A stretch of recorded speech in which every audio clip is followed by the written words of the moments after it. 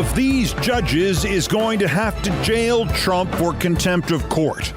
I don't care about the consequences. I don't care if it energizes his base. I don't care if there's a conflict with his Secret Service. I don't care if his cult riots in the street. At some point, somebody in the legal system has to reassert the simple fact that the law applies to this bastard too. And that if you did what he does, not the 20th time he does it, not the 21st time, not the 22nd time, but the first time, if you did what he did the first time he did it, you would spend at least the night in jail.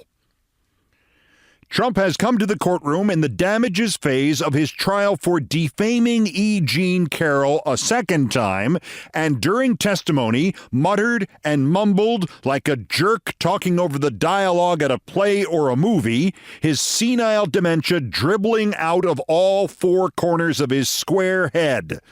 Judge Kaplan responds to Trump saying con job and witch hunt loudly enough for jurors to hear during the testimony. Quote, Mr. Trump, I hope I don't have to consider excluding you from the trial. Trump throws his hands up in the air, possibly because the judge addressed him just as Mr. And God bless this judge for doing that. And he answers, I would love it. The judge, quote, I understand you're probably very eager for me to do that because you just can't control yourself in these circumstances. Find him in contempt, detain him, or at least threaten him with detention. There have to be consequences for this man's increasing and increasingly dangerous abuses of our legal system. I have spent the entirety of my life doubting our legal system, but I have 10 billion times more confidence in it than I have in this fat psychopath Trump. He has already been found guilty of sexually abusing this woman. He has already been found guilty of then defaming this woman. And while his idiot parking lot lawyer disproves her own assertion that she can fake being smart and he should hold her in contempt too, and she brings up the irrelevancy of whether or not E. Jean Carroll inherited a gun from her own late father, and the judge shuts that down, and she fails in Trump's favorite gambit that some kind of mysterious evidence exonerating him has been destroyed, Trump's social media spews out attack after attack on Judge Kaplan, on the system, on his victim E. Jean Carroll, and on the guy he now says is the mastermind of all this, George Conway. George Conway? There were 22 posts about this case defaming everybody involved in it just on Tuesday, and just as it was in progress. There is a legal system in this country, and it is desperately flawed, and yet at some point it has to assert itself and kick this Trump in the balls. Because otherwise, Trump gets to hold news conferences afterwards and take the things that failed, that the judge ruled out of order, that the judge warned him about, and warned that bubblehead Alina Habba about, and act as if they are, to use the favorite phrase of a putrid old man buried under bronzer and suffering a prolonged mental health crisis that threatens the future of this nation, what he calls a Perry Mason moment. Well, they found out today that she got rid of a lot of evidence, as you probably noticed. She got rid of massive amounts of evidence. And in addition to that, she had a rifle or a gun because she said she bought gun bullets or rifle bullets. And it was the opposite, I guess, of her gun. And was it licensed? No, it wasn't licensed. So I guess she's got a difficult problem. That's going to be her problem. But she has a gun or a rifle. She didn't really explain which. She might have both. What the F are rifle bullets, old man? There is considerable speculation among those following this case that the likeliest result of all this will be that the damages awarded to E. Jean Carroll will be astronomically high, like rivaling or even eclipsing the $148 million award against Giuliani in the case of Shay Moss and Ruby Freeman. I mean, just there in that clip, he defamed E. Jean Carroll again. She can sue him again. So say the jury is as ticked off as the judge is and literally awards her $500 million of Trump's money. And then, so what? Trump has wasted his one time on this earth, perfecting loopholes and appeals and legal escape hatches. He will stall and delay and manipulate and pervert, and if he regains power, he will find some manufactured way out of paying her a dime. The action that is required now is jail time. 12 hours, 24 hours, 250 years, whatever you can get away with. This creature no longer responds as a human being would to anything that might restrain him.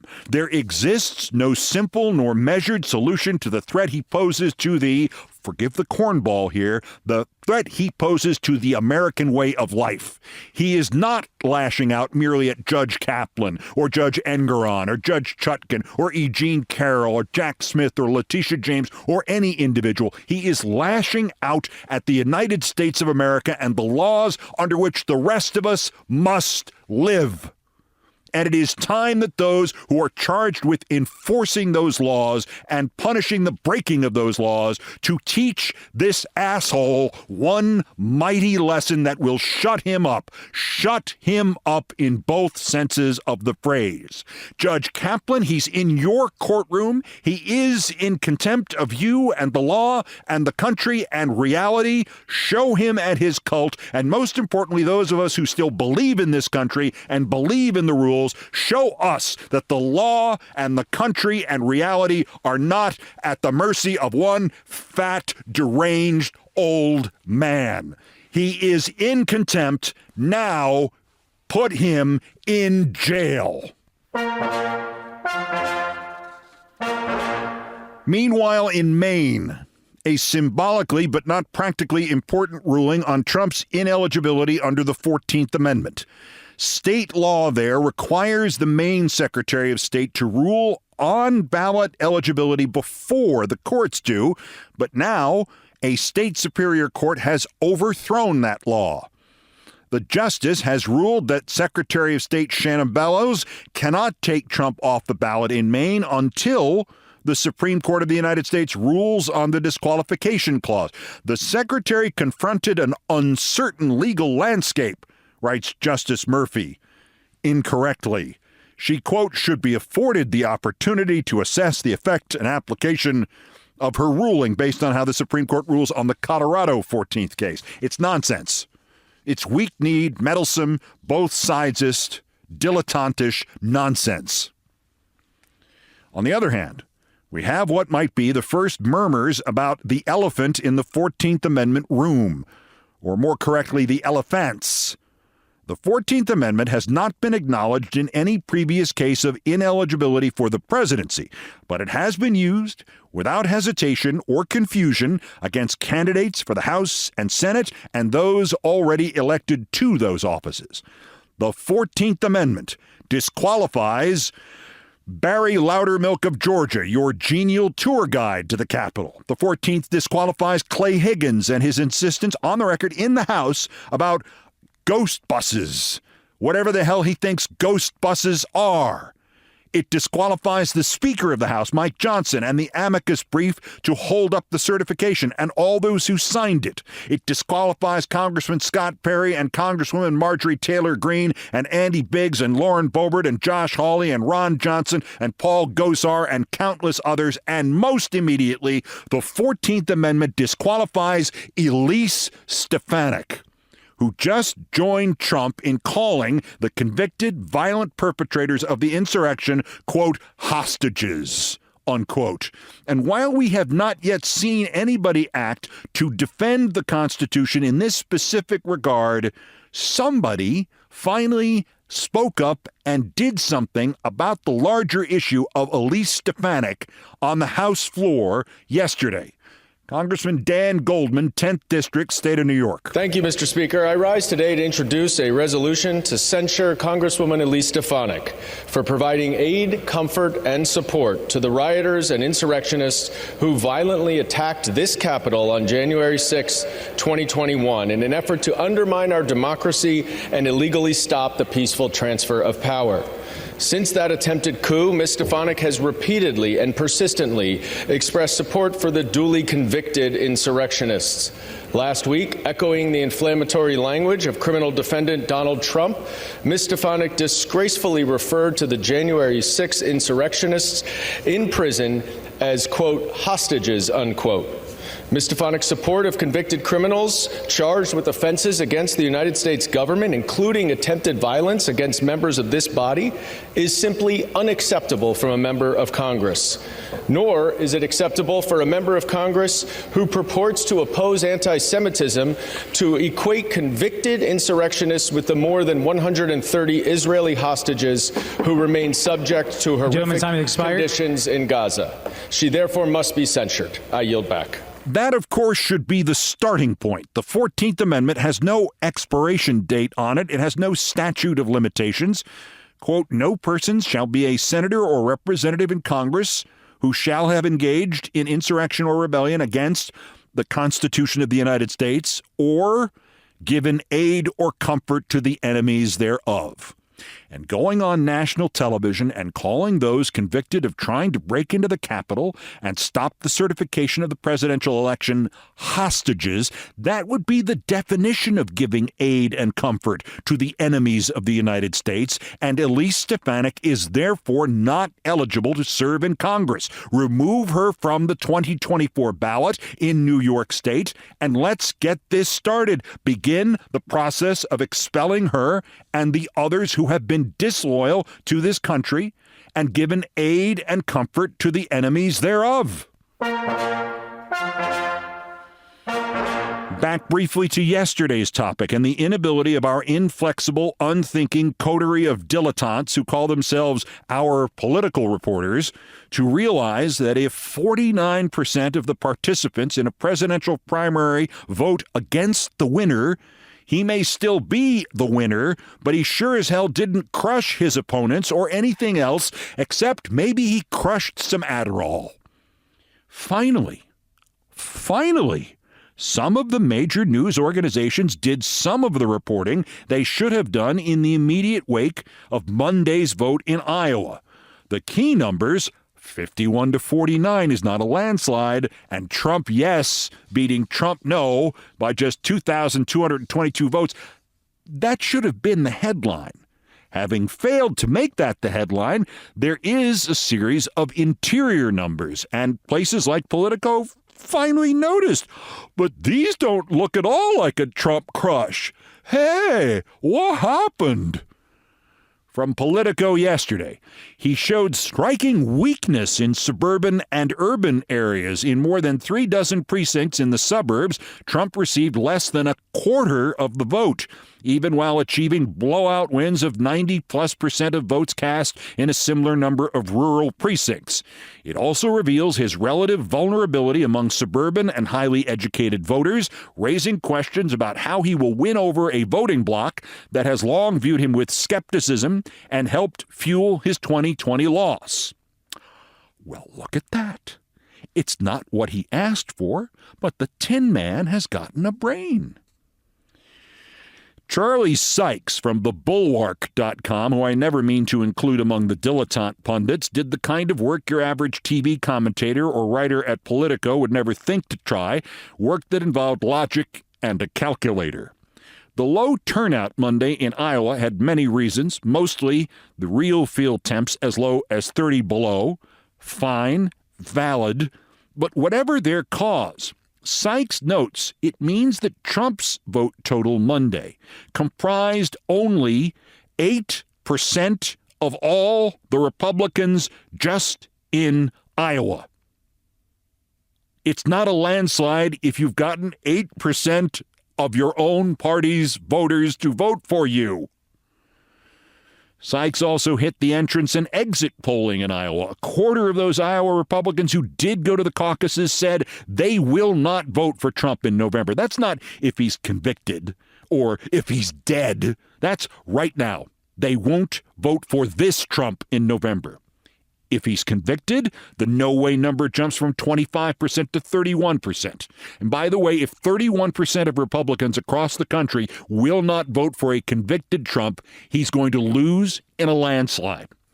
And nearly half of Haley's backers in Iowa say they would vote not for Trump, but for Joe Biden. There are no indications from Iowa that Trump will be denied the nomination, innocent or guilty, dead or alive. But there are also no indications that Iowa proved that Trump is even as strong as he was in 2020 or 2016, let alone somehow stronger, which seems to be the headline everybody had printed.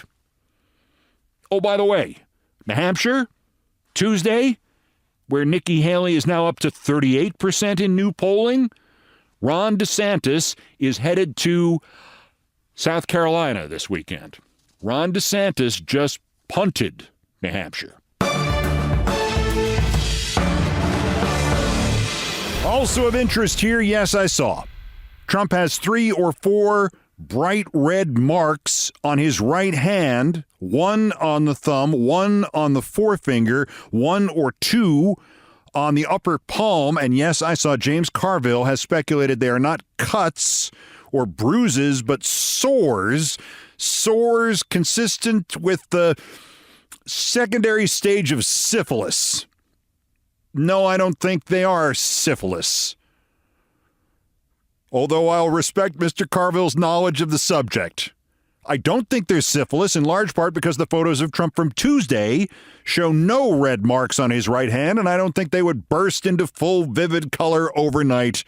I'm not a doctor, I just play one on podcasts. But the marks are consistent with an old guy slipping on the ice in Iowa, in Hampshire, the ice in New York for that matter, during his news conference for that matter, and grabbing something to support himself or stop himself from face planting.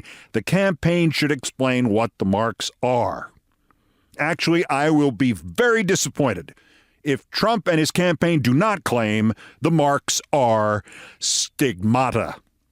Stigmata, perhaps, from Trump's holy anger that MSNBC and CNN did not worship him sufficiently after Iowa. He wants to have their licenses revoked, even though they don't have licenses. And for once, I'm going to defend Trump, sorta.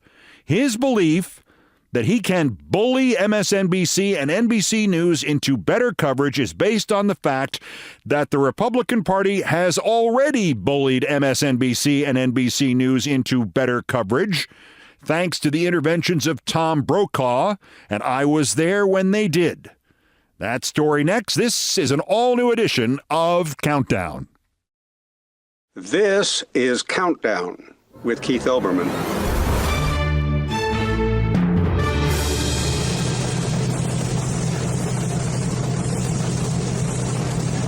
Postscripts to the news, some headlines, some updates, some snark, some predictions. Dateline, the Supreme Court.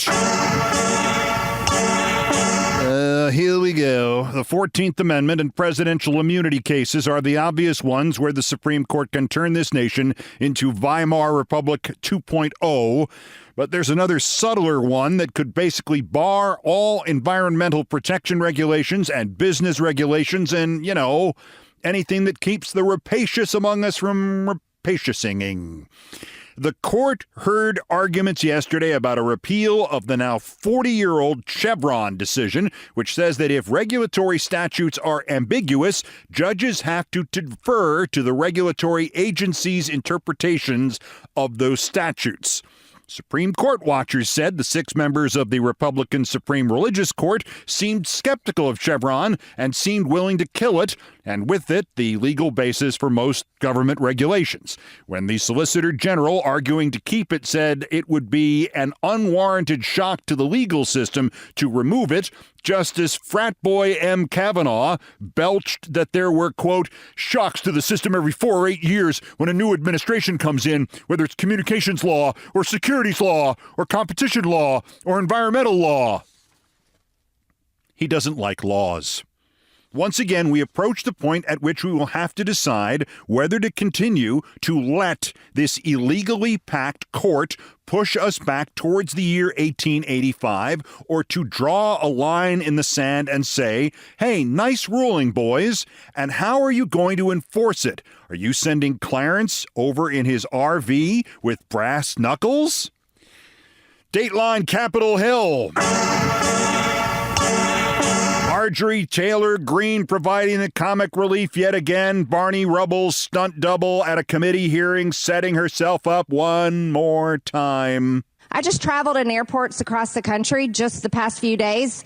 You know what I saw in our airports? Based on Marge's role pursuing Hunter Biden, I'm going to say the answer is dick pics. Migrants, illegal aliens, all over in the airports. Damn it.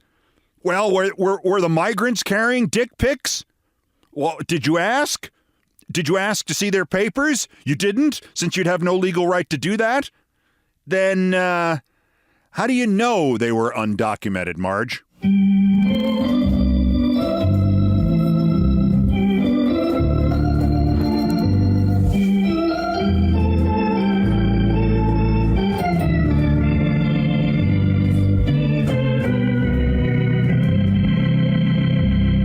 Thank you, Nancy Faust.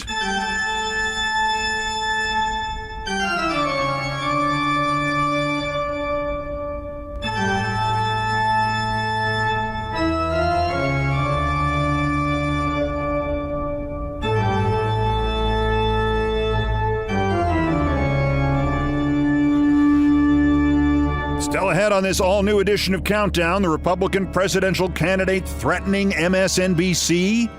The right wing reacting hysterically as usual to what the network showed or did not show. You mean that Trump story from this week? No, sir. September 2008, when goons working for or on behalf of John McCain blackmailed Tom Brokaw into going into his bosses and demanding that Chris Matthews and I be fired from presidential debate coverage, or their guy would not show up to the debate. 15 years plus later, and it still shocks me. And it still cost them $22 million, which I still have. Things I promised not to tell coming up. First time for the daily roundup of the miscreants, morons, and Dunning-Kruger effect specimens who constitute today's worst persons in the world. LeBron's worst. The new president of Argentina, Wolverine. I'm sorry, his name is Javier Milei. He just looks like Wolverine because of that haircut.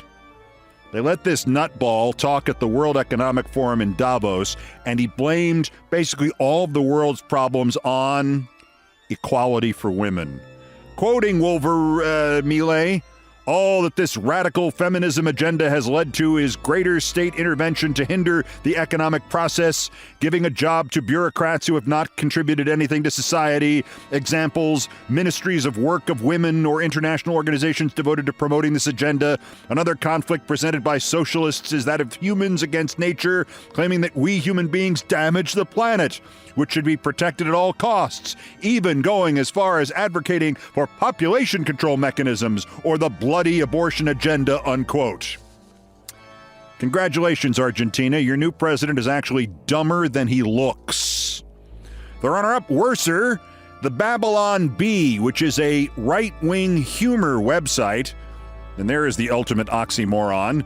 Sure is right-wing, and it sure has absolutely no humor in it, nor any sense of propriety or timing. The same day Vivek Ramaswamy drops out of the GOP race and reiterates that there's no racism and endorses Trump, the Babylon Bee, which thinks it's The Onion, except, the Onion without any jokes in it, posts a piece headlined, "Trump promises Vivek an administration position running the White House 7-11. The saddest part of that is not that it's racist or that it's not funny, but that some percentage of Trump's cult will think that's an actual news story. But our winner, the worst, Ben Carson. You remember Ben Carson, the brain surgeon who ran for president, and the only thing he got out of it was a job in the Trump admin running housing and urban development? and proving to the world that to be a brain surgeon, you do not have to have your own brain? For some reason, CNN has interviewed Ben Carson about Trump's promise to round up migrants and keep them in concentration camps, although the CNN host was nice enough to defer to Trump and the Republicans and called them internment camps. Carson emphasized in response that the goal was to keep migrants from coming here in the first place. And again, that by itself is laugh-out-loud funny. There is political collapse driven by climate change underway already right now, and that ain't stopping anytime soon. So good luck getting them to stay there and fry rather than coming here and take their chances. But then Ben Carson said something so Ben Carson in that sedated, man, I hope he's brighter than that when he operates way of his. Carson was asked if he would support Trump's decision to open the camps, and he actually replied, quote, "Well, they have to have some place to stay," unquote. Ben, is that also your answer when they ask you about slaves on the plantations in this country in the 18th and 19th centuries? Carson, they have to have some place to stay. Today's worst person in the world!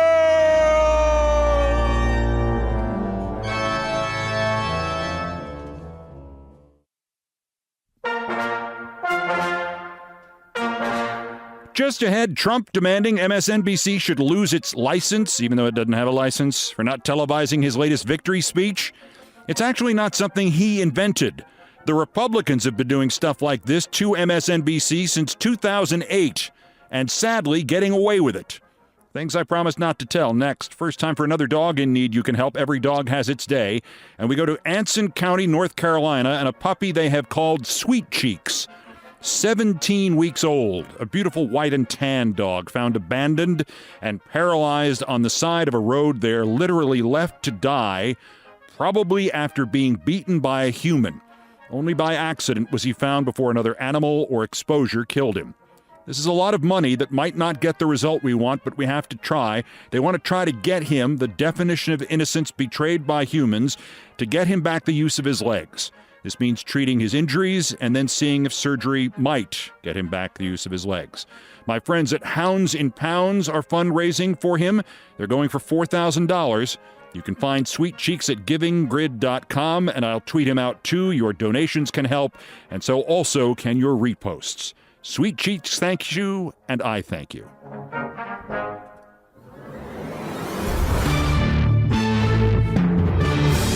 To the number one story on the countdown, and things I promised not to tell, and the right wing went nuts over MSNBC and CNN not showing all of Trump's self-congratulatory speech from Iowa Monday night, and Hannity attacking Maddow, and Trump insisting that their licenses should be taken away, confirming he's either crazy or stupid because, of course, they don't have licenses. Although this does portend what he will try to do if he seizes power, his intent to punish news outlets, not just for criticizing him, but for not praising him enough. And boy, did this flash me back, because this happened to me. At MSNBC in 2008, courtesy the supposed sane Republicans who preceded these insane Republicans, and it underscores that there never really have been sane Republicans, and they have always longed to dictate to the media what it can and cannot say about them, and thanks to people like Tom Brokaw, they often get away with it. Chris Matthews and I were co-anchoring the Republican convention on MSNBC in 2008. He was there at the convention in Minnesota. I was in the studios at 30 Rock in New York, ostensibly, so I could also anchor hurricane coverage, though it was pretty clear that at least half the reason I was not in Minneapolis was because the Republicans had threatened NBC or said they could not guarantee my safety there or something like that. So I was the one on September 2nd, 2008, who had to throw it to a video that we had been told by the Republicans was a tribute to the dead of 9/11 that they were playing in the theater in their convention in Minnesota. It was not a tribute. It was a snuff film. All of the images that the networks had stopped showing of 9/11 within weeks or even days of the attacks, all of them were in this snuff film. People jumping, falling to their deaths from the World Trade Center, endless replays of the planes hitting the towers, dismembered bodies in the plaza, the building collapses, the equally terrifying scenes at the Pentagon, and all with the grotesque voiceover from that fink Robert Davi emphasizing that this was all the Democrats' fault. The message was, they might as well have phrased it this way, elect Obama and you will die like this. I was angry, just on that base level. For that 5.5 years I had been back at MSNBC, we had been rigorous about not showing any of that video that the Republicans had just forced upon us by lying to us about it. There were rules that if we had to, for some reason, need some snippet, we would show only still images, and even then only with extensive warnings to the viewers. But I knew from my conversations with the president of MSNBC, Phil Griffin, who I had known for 28 years at that point, that he would insist that on the scene in Minneapolis, Matthews and Tom Brokaw, whose career at NBC I had resuscitated after Brian Williams had buried him alive 2 years earlier, I knew from what Griffin told me that one or both of them would rebuke the GOP for showing not a 9/11 tribute, but as I just said, a 9/11 snuff film.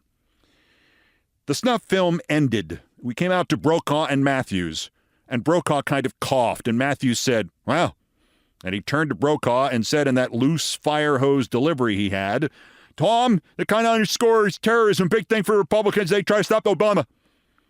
Brokaw droned on approvingly. The Republicans sneaking a snuff film, a banned video, onto MSNBC, and by the way, also onto CNN, onto NBC proper, onto CBS, onto ABC without any warning, that was not mentioned. Back to New York and Keith. I was supposed to ad-lib a tease about what we were expecting from the Republican convention for the rest of the night and then throw to a commercial.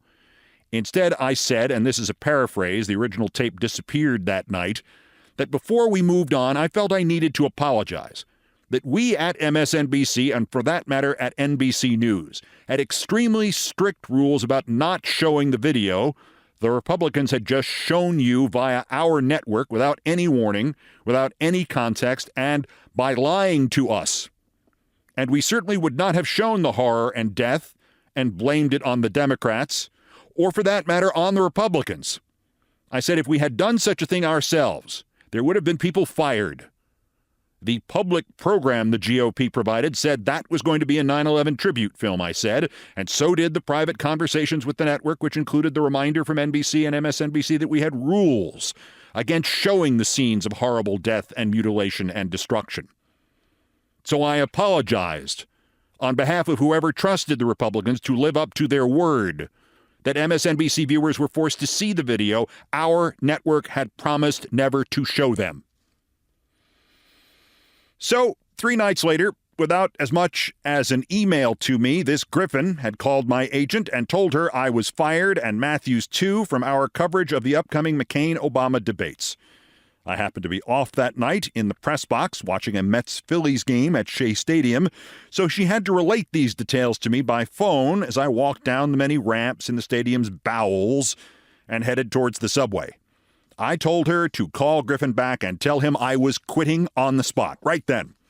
And he could work his way out of the ensuing disaster by himself. Liberal network MSNBC fires liberal host Olbermann for criticizing conservatives for sneaking 9/11 snuff film onto MSNBC. He could work his way out of that disaster any way he chose, and then he could wait for my response on Good Morning America, CBS This Morning, the PBS NewsHour, any other news program that bothered to ask, and in court.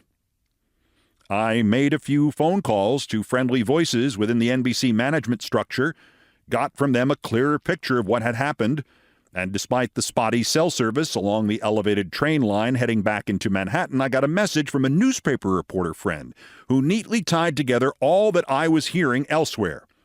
Tom Brokaw is going around NBC saying he got you fired from the debates because the Republicans told him to. 9, maybe 10 months earlier, the same Phil Griffin had come to me and asked me if I would be okay with Brokaw appearing during our weekly coverage of the Democratic and Republican primaries. Just a couple of minutes, buddy, like from a perspective desk. That's all he wants to do. He's so unhappy. Brian Williams has frozen him out of everything. I was appalled but not surprised. The power had gone to Brian's head. And of course there, it had not met very much resistance. Plus, as I said to Griffin, you're asking me if I'd like to add Tom Brokaw's experience and Tom Brokaw's gravitas to stuff I'm anchoring when I'm not sure I know as much as I really know to do this the right way? Tom, to be fair, fit in beautifully, and twice. After those long Tuesday evenings during the primaries, he sent me brief emails awarding me what he called the game ball because he was so impressed by my ability to balance the roles of political anchor and political commentator. Having tried this myself, he wrote, I know what a perilous tightrope this is. Game ball to KO.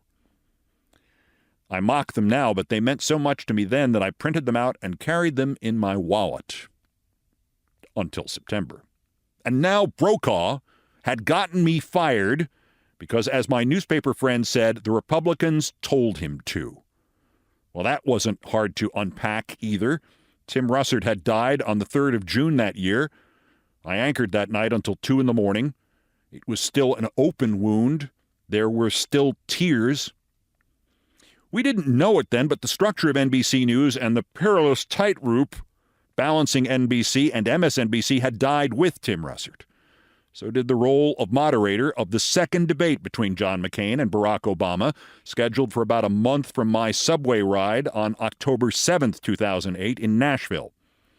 Tim had not even been buried yet when Brokaw began to angle to get that assignment that was now vacant, along with brushing away the dirt of his penny ante role on the MSNBC perspective desk, leaving us in the lurch in order to take over Tim's spot as Brian's sage sidekick on Big NBC.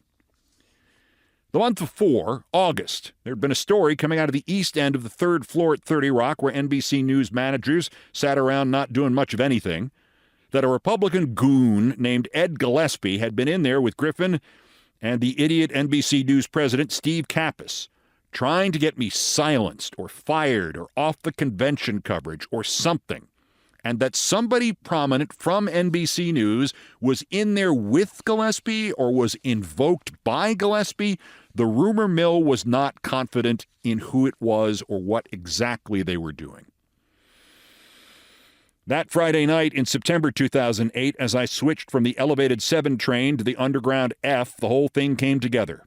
Before my comments about the GOP convention 9/11 snuff film, Gillespie had come in and had somehow vaguely threatened Kappas and Griffin about me, using as leverage the debate which Tom Brokaw was now supposed to moderate, the one that had been Russert's. And when I apologized for their snuff video on our air, Gillespie must have turned it into an either-or. Get rid of me, or McCain would refuse to participate in any debate moderated by Brokaw. Tom Brokaw had already come back from the dead once in 2008. I had made that happen, and he would be damned if he would be forced to do it a second time. But as the train took me home to an apartment I was now going to have to sell since I had quit MSNBC on the spot for folding to such obvious blackmail, something else now occurred to me.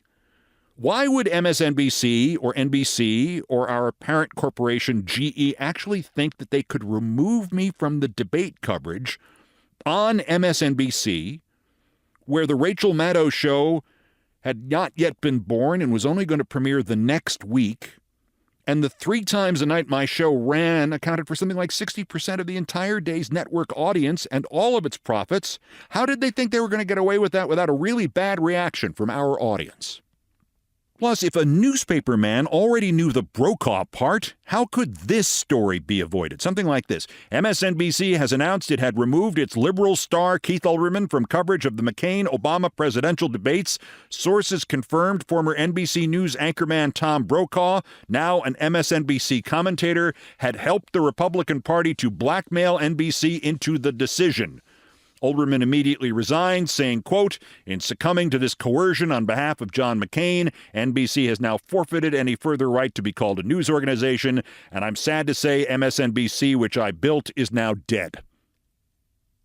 At that point, it dawned on me that the only thing that could save the credibility of the whole NBC News division and the careers of Griffin and Kappas and NBC Network President Jeff Zucker, and especially Tom Brokaw, was for me to publicly state, to lie, that I had asked to be removed from anchoring the debates because the whatever was just too much blah, blah, blah for me, and I felt I should just stick to the post-debate analysis and commentary and blah, blah, blah, blah, blah.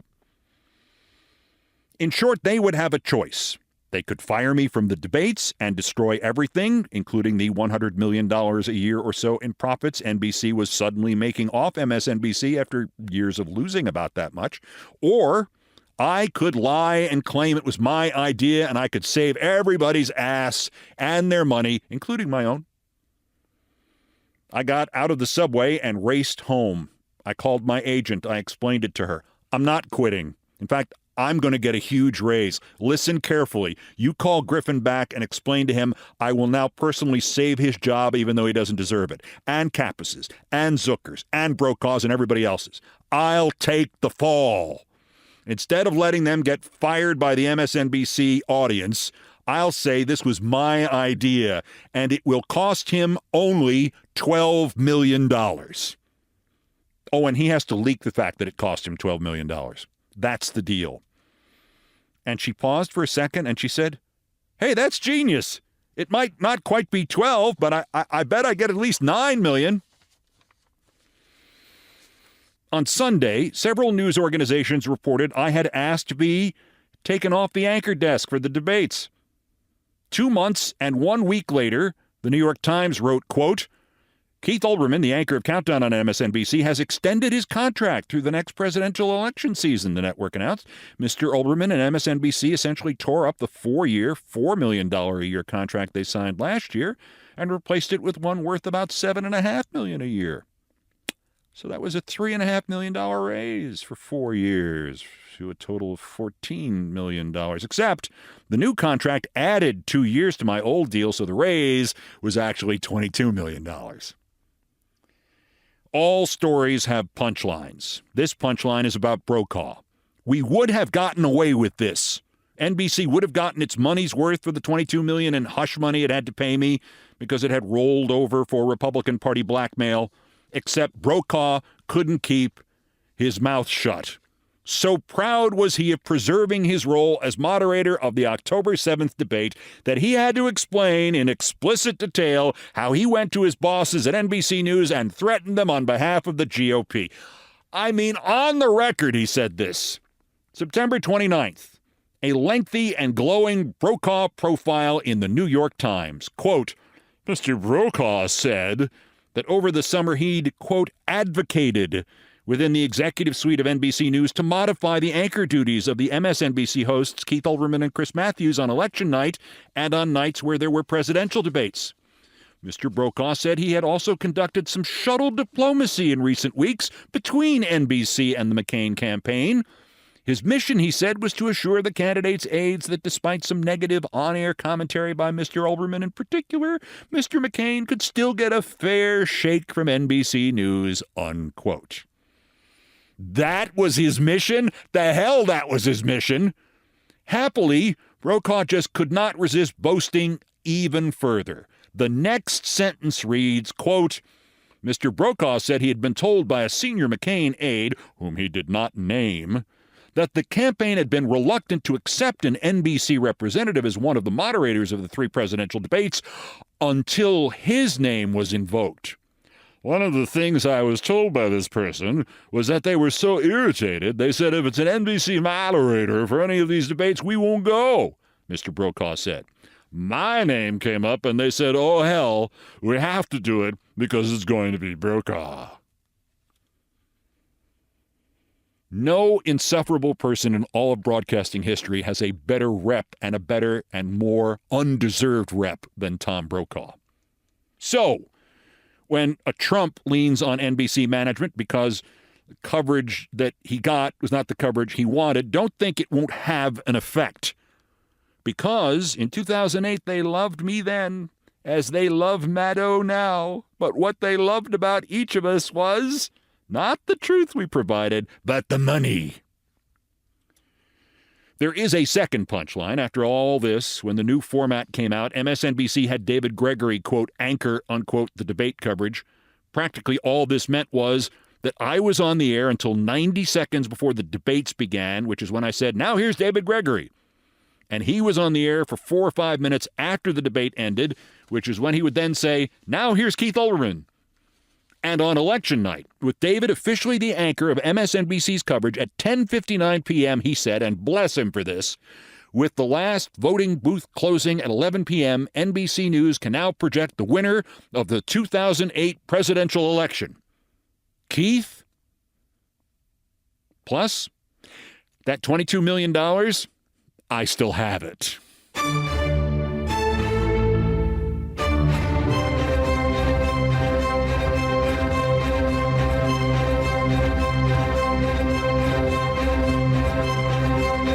I've done all the damage I can do here. Thank you for listening. Countdown musical directors Brian Ray and John Philip Chanel arranged, produced, and performed most of our music. Mr. Ray was on guitars, bass, and drums. Mr. Chanel handled orchestration and keyboards. It was produced by TKO Brothers. Other music, including some of the Beethoven compositions, arranged and performed by No Horns Allowed. The sports music is the Olbermann theme from ESPN2, written by Mitch Warren Davis, courtesy of ESPN Inc. Our satirical and pithy musical comments are by Nancy Faust, the best baseball stadium organist ever. Our announcer today was my friend John Dean, and everything else was pretty much my fault. So that's Countdown for this, the 295th day until the 2024 U.S. presidential election. See how the Republicans blackmail NBC between now and then. And the 1,108th day since Dementia J. Trump's first attempted coup against the democratically elected government of the United States. Use the 14th Amendment, the Insurrection Act, and the justice system to stop him from doing it again while we still can. The next scheduled countdown is tomorrow. Bulletins as the news warrants. Till then, I'm Keith Olbermann. Good morning, good afternoon, good night, and good luck.